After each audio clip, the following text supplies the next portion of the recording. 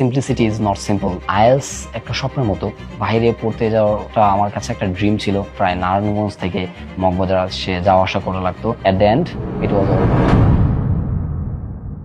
First of all ছোটবেলা থেকে ইংলিশের প্রতি একটা আলাদা ঝোঁক ছিল। ফার্স্টে এসে ভর্তি হয়ে দেন দিমান ভাইয়ের ক্লাস স্টার্ট করলাম যে একটা রিস্ক নিয়ে দেখি। দেন ক্লাস করার পরে দেখতে পারলাম যে না, আলহামদুলিল্লাহ আমি যেটা চাচ্ছিলাম আমার মনে হয় আমি সেটা পাবো। ফার্স্টে যখন আমাদের লিসনিং ক্লাসগুলো শুরু হয় আমরা সবাই খুশি যে আমরা আইএলস পারবো, কারণ এটাই সবচেয়ে সহজ সেগমেন্ট আমাদের ধরে নিয়েছিলাম। কিন্তু সবচেয়ে ডিফিকাল্টিস এটা আসে যখন আমরা প্র্যাকটিস করতে পারি না।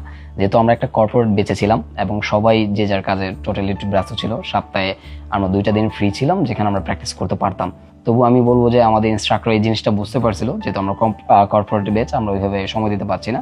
তো উনি আমাদের ক্লাসে অনেক প্র্যাকটিস করেছে, যার ফলে আমরা মনে করি যে লিসনিং পার্টটা আমাদের জন্য অনেক ইজি হয়ে গেছে। সত্যি কথা বলতে রিডিংটা আমার জন্য একটু কষ্ট হয়েছে। শুরু থেকেই দিমান ভাইয়ের সাথে এটা নিয়ে কথা বলেছি। ভাই আমাদেরকে খুব সুন্দরভাবে এই টিপসটা দিয়েছিল যে আমরা যেটা আগে পারি, যেমন true false not given, yes no not given, এগুলা আগে যদি আমরা পারি তাহলে এগুলা দিতে। যদি রাইটিং এর কথা বলি তাহলে আমাদের প্রথমে একটু সমস্যা হচ্ছে এটা কোন ধরনের আছে এটা বুঝতে। কারণ দিন শেষে যদি আমি এটা ধরতে না পারি, আমি যতই লিখি আমার নাম্বারটা এরকম আসবে না। আমি যখন পরীক্ষা দিয়েছি মক টেস্টগুলো, specially in the final exam also, তো সেখানে দেখা গেছে আমি রাইটিং পার্ট 2টা অ্যান্সার করেছি, কারণ এটাতে নাম্বার ভেরিটা বেশি করে। সো আই থিঙ্ক সবার যারা রাইটিং পার্টে স্ট্রাগল করবে আমার মনে হয় সেকেন্ডটাই আগে চুজ করা বেটার, কারণ আপনার পার্ট 1টি একটু ইজি থাকে। সবচেয়ে ইম্পর্টেন্ট যেটা সেটা হচ্ছে আগে থিঙ্ক করা। আমরা অনেকে হয় যে আমার ফার্স্ট চান্স এটা হয়েছে যে প্রশ্ন দেখেছি, ও এটা এটা তো আমরা লেখা স্টার্ট করে দিছি। তো দিন শেষে একটা সমস্যা হয়ে যায় যে আমরা কন্টিনিউ করতে পারি না লেখাটা। আমাদের যে একটা মিনিমাম ক্রাইটেরিয়া থাকে যে 250 ওয়ার্ডস লিখতে হবে, সেটা ফুলফিল আপ হয় না। তা আমার মনে হয় যে লেখা স্টার্ট করার আগে মিনিমাম 5 to 10 মিনিটস আগে ভাবতে হবে আমি কি লিখবো এটা সম্পর্কে।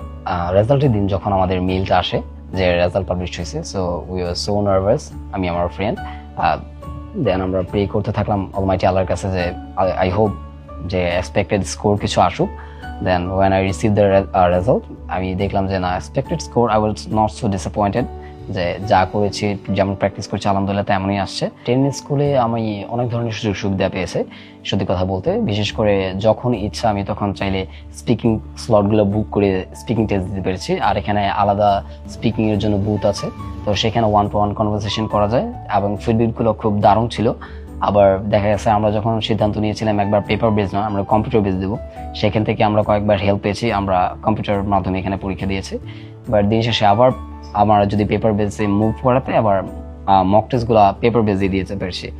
আর সবচেয়ে এনজয়েবল ছিল আমরা যখন কোনো সমস্যায় পড়তাম, আমাদের ইনস্ট্রাক্টর আমাদের সবসময় হেল্প করেছে। আর সবচেয়ে মজার বিষয় যেটা হচ্ছে সেটা হচ্ছে এনভায়রনমেন্ট।